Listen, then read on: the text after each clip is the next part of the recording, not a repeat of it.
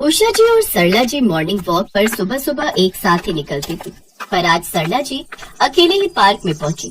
उषा जी को आने में थोड़ी देर हो गई थी। तब तक पार्क बाकी लोगों से भर चुका था। सरला जी ने अभी योगा करना शुरू ही किया था कि तभी उषा जी आ जाती।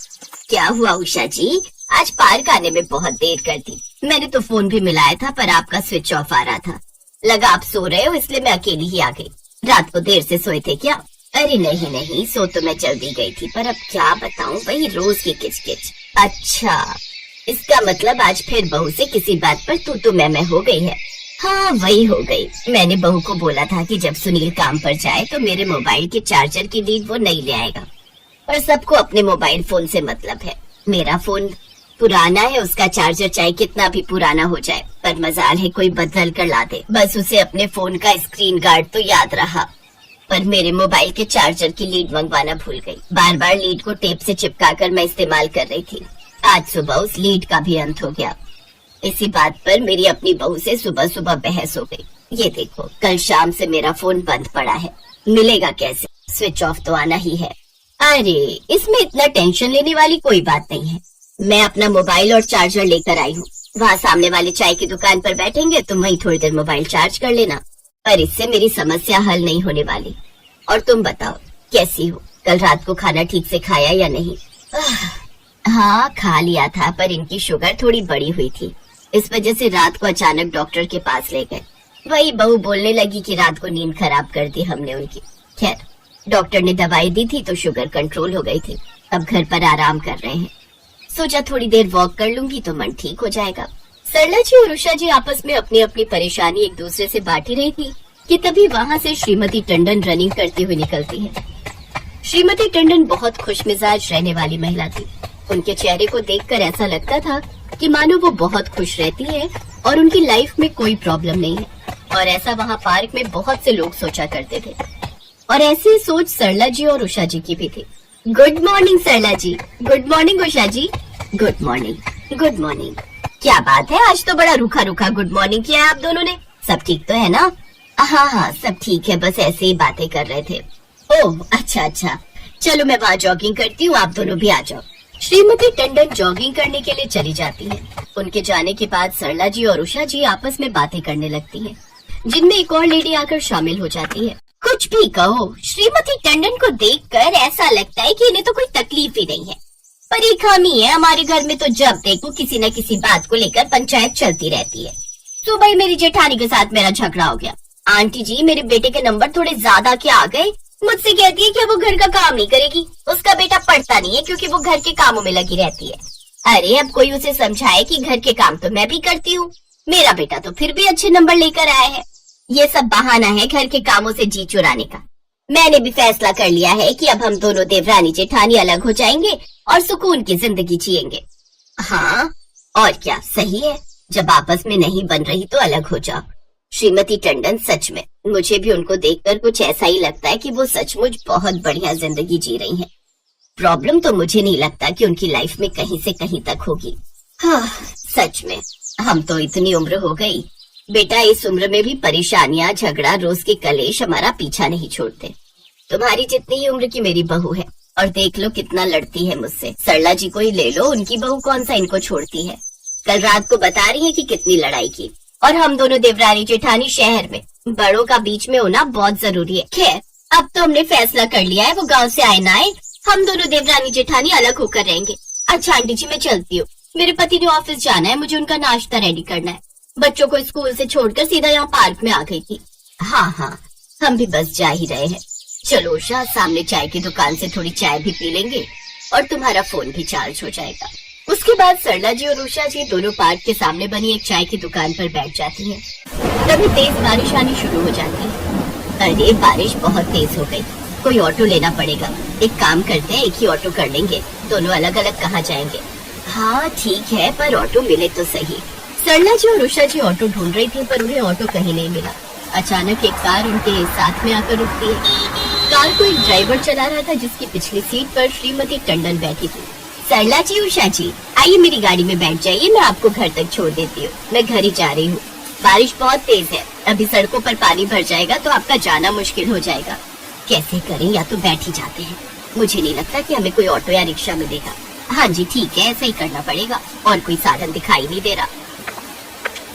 सरला जी और उषा जी दोनों श्रीमती टंडन की कार में बैठ जाती हैं। श्रीमती टंडन सरला जी और उषा जी को अपने घर चाय पीने के लिए कहती है। बारिश ज्यादा तेज थी, सड़कों पर पानी भी भर गया था, इस वजह से सरला जी और उषा जी चाय की बात मान लेती हैं। श्रीमती टंडन उन्हें अपने घर लेकर जाती है। श्रीमती टंडन बहुत पैसे वाली थी, पर पैसा दुनिया की सारी खुशियाँ नहीं दे सकता। ये बात उस दिन साबित हो गई जब सरला जी और उषा जी ने श्रीमती टंडन के चेहरे की हंसी के पीछे छिपा हुआ दुख देखा। मम्मी कितनी देर से आपका फोन मिला रहा था, आप कहाँ रह गए थे?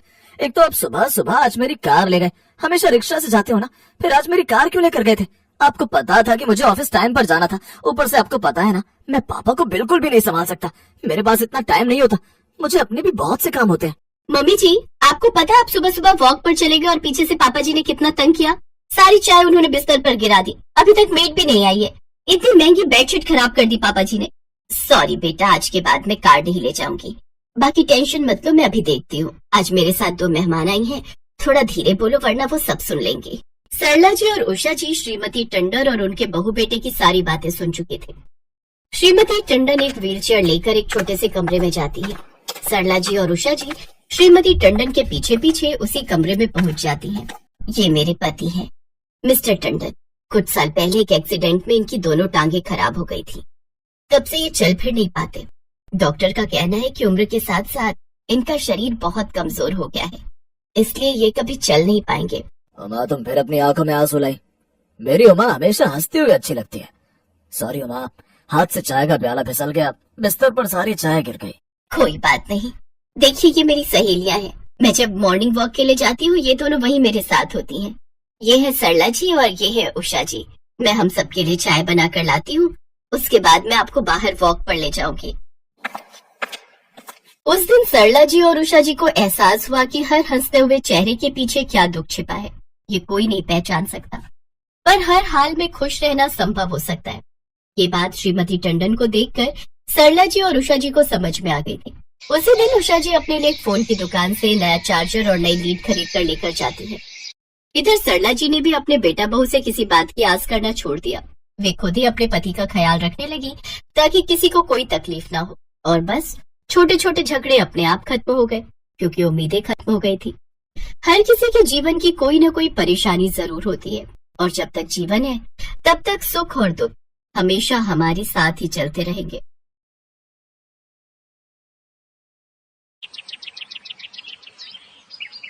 बेटा आरती, ये है तेरी सबसे बड़ी जेठानी पायल, ये दूसरी वाली दामिनी और ये तीसरी है, इसका नाम त्रिशा है, और चौथी अब तू आ गई। बेटी आज से यही तेरी दुख सुख की साथी है, यही तेरा भरा पूरा परिवार है। जी माँ जी, तुझे पता है बेटी, हम सबकी ताकत यही है कि हम सब एक हैं। इस पूरे मोहल्ले में सबसे बड़ा परिवार हमारा ही है। मैं, तेरे ससुर जी, तेरे 3 जेठ, उनकी पत्नियां और कुल मिलाकर 7 बच्चे। बस तेरी कमी थी, अब हमारा परिवार पूरा हो गया। हाँ सही कहा माँ जी, वैसे आरती के आने से सबसे ज्यादा खुशी तो त्रिशा को ही हो रही है। अरे हम दोनों के पास तो हुक्म चलाने के लिए देवरानी थी, पर बेचारी त्रिशा अब तक सबसे छोटी थी, लेकिन अब आरती के आने से वो भी तो जेठानी बन गई। सही कहा भाभी, मुझे तो आज से बड़ी बहू होने का एहसास होने लगा। ये कहानी है कमला और उसके बड़े से परिवार की। कमला एक छोटे से शहर में अपने पति हरिलाल के साथ रहती थी। उसके 4 बेटे थे और उनकी 4 पत्नियां। सबसे छोटी बहू आरती के आने से कमला और हरिलाल का परिवार अब पूरा हो गया था। और फिर एक सुबह, अच्छा भाभी, ये सुबह का नाश्ता कौन बनाता है? मैं और त्रिशा मिलकर बना लेते हैं। तब तक माँ जी और दामिनी दोपहर के खाने की तैयारी में लग जाते हैं, और फिर मैं और त्रिशा रात के खाने की तैयारी करने लगते हैं। फिर तो सारा दिन थक जाती होंगी आप सब। अरे पूछो मत, पूरा दिन कहाँ चला जाता है पता ही नहीं चलता। चलिए आज मैं आपके साथ नाश्ता तैयार करूंगी और रात का खाना भी। ठीक है, तो मैं त्रिशा को झाड़ू पोछे और बर्तन के लिए बोल देती हूँ। घर में सभी बहुओं का काम बटा हुआ था। धीरे धीरे आरती भी उनके साथ रम गई। और फिर एक सुबह, अच्छा आरती, एक काम करो तो जरा मेरे लल्ला को नहला दो, मुझे थोड़ा काम है। ठीक है भाभी। आरती ने जैसे ही त्रिशा के बेटे को नहलाया तभी उसके पास पायल आ गई। आरती, जरा ये मटर छिल दो, शाम को आलू मटर बनेंगे। ठीक है भाभी। पायल आरती को 2 किलो मटर देकर चली गई। थकी हारी आरती मटर छिलने लगी। जैसे ही मटर छिली तभी उसकी सास कमला ने उसे आवाज लगाई, आरती जरा यहाँ आना बेटी। जी माँ जी। मेरे बाल बड़े रूखे हो रहे हैं, जरा चंपी तो कर दे बेटी। ठीक है माँ जी। आधा घंटे तक कमला की चंपी करने के बाद बेचारी आरती को खुद ही नींद आने लगी। उसका मन कर रहा था कि वो बस अपने कमरे में जाकर सो जाए, लेकिन तभी फिर से उसकी जेठानी त्रिशा उसके पास आ गई। चलो आरती, खाने का टाइम हो रहा है। एक काम करो, मैं सब्जी बना देती हूँ, तब तक तुम रोटियां सेक लो। सब मिलाकर 60-65 रोटियां काफी होंगी, ठीक है? त्रिशा इतना कहकर रसोई में चली गई और आरती ने अपना माथा पीट लिया। उस दिन आरती ने पूरी 65 रोटियां बनाई। वो थक कर चूर हो चुकी थी, लेकिन ये सिर्फ एक दिन की बात नहीं थी। अब तो आरती की यही जिंदगी थी। ऐसे ही कई महीने बीत गए। फिर एक शाम जब आरती का पति अंकित काम से लौट कर आया तो उसने बड़े प्यार से आरती से पूछा, कैसी हो मैडम? हालत खराब है मेरी तो। यहाँ तो काम से ही फुर्सत नहीं मिलती। पूरा बदन टूट रहा है दर्द के मारे। जी कर रहा है कहीं आराम से बैठ जाऊं 2-3 घंटे के लिए। तो चलो पिक्चर देखने चलते हैं, तुम्हें रेस्ट भी मिल जाएगा और हमें क्वालिटी टाइम भी मिल जाएगा। पिक्चर जाने की बात सुनकर आरती बड़ी खुश हुई और वो झट से तैयार होकर आ गई। लेकिन जैसे ही वो अंकित के साथ घर से निकलने लगी तभी उसकी जेठानी पायल उसके पास आई। आरती, वो दामिनी की तबीयत ठीक नहीं है तो मेरे साथ तुम्हें रोटियां सिखवानी पड़ेंगी। ये सुनते ही आरती के तन बदन में आग लग गई। फिर अगले दिन उसने अपनी सास कमला से साफ साफ बात करने का फैसला कर लिया। माँ जी, मुझसे नहीं हो पाएगा, मुझे अलग रहना है। लेकिन बेटी मेरी बात तो सुन एक बार। नहीं माँ जी, मुझे कुछ नहीं सुनना, बस मैं फैसला कर चुकी हूँ। और फिर वो अंकित के साथ पास ही के दूसरे मोहल्ले में रहने चली गई। वहाँ किराए का कमरा लेकर दोनों पति पत्नी रहने लगे। पहले तो सब कुछ अच्छा चला, लेकिन फिर एक दिन, सुनिए, मुझे 500 रुपए दे दीजिए, सब्जी लानी है। अरे पर अभी तो तुमको 3000 रुपए दिए थे। हाँ तो वो तो राशन के लिए थे ना। देखो आरती, मेरी तनख्वाह बस 14,000 है। उसमें कमरे का किराया, मोटरसाइकिल का पेट्रोल, बिजली का बिल, ये सब देने के बाद बचता ही क्या है? तो तुम जरा खर्चे कम करो, समझी? अरे पर मैंने किसी गलत चीज के लिए थोड़ी मांगे हैं पैसे। हाँ लेकिन अलग अलग रहने की जिद तो तुम्हारी थी ना। पहले मेरी तनख्वाह कभी कम नहीं पड़ती थी, उल्टा मैं हर महीने 2-3 हजार बचा ही लेता था। लेकिन जब से हम यहाँ आकर रहने लगे तब से कर्जा ही चढ़ता जा रहा है मुझ पर। उस दिन अंकित और आरती में खूब लड़ाई हुई और उसके बाद तो ये झगड़ा रोज का ही हो गया। आरती अब बहुत दुखी रहने लगी। उसे रह रहकर अपने ससुराल की याद आने लगी थी, क्योंकि वो समझ गई थी कि अलग होकर उसने अपना ही नुकसान किया है। लेकिन अपने ससुराल वालों का सामना करने की हिम्मत उसमें नहीं थी। फिर एक शाम, भाभी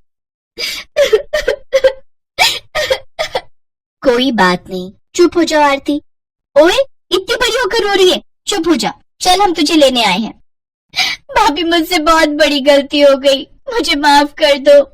कोई बात नहीं, अब चल हम तेरा सामान समेटने में मदद करते हैं। इसके बाद आरती अपनी जेठानियों के साथ अपने ससुराल वापस आ गई। माँ जी एक बात पूछूं, आपको कैसे पता लगा कि मैं वहाँ परेशान हो गई थी? अरे तेरी गलती नहीं है, अभी तू नई है ना, तूने तो फिर भी 4 महीने खींच लिए। ये दामिनी, ये तो पहले महीने के बाद ही गुस्से में चली गई थी अलग रहने। 2.5 महीने में वापस आ गई। बेटी, परिवार से अलग ना तो कभी कोई खुश रहा है और ना कभी रह पाएगा, समझी मेरी झांसी की रानी। और इस तरह एक बार फिर हरिलाल और कमला के परिवार में खुशियां लौट आई थी।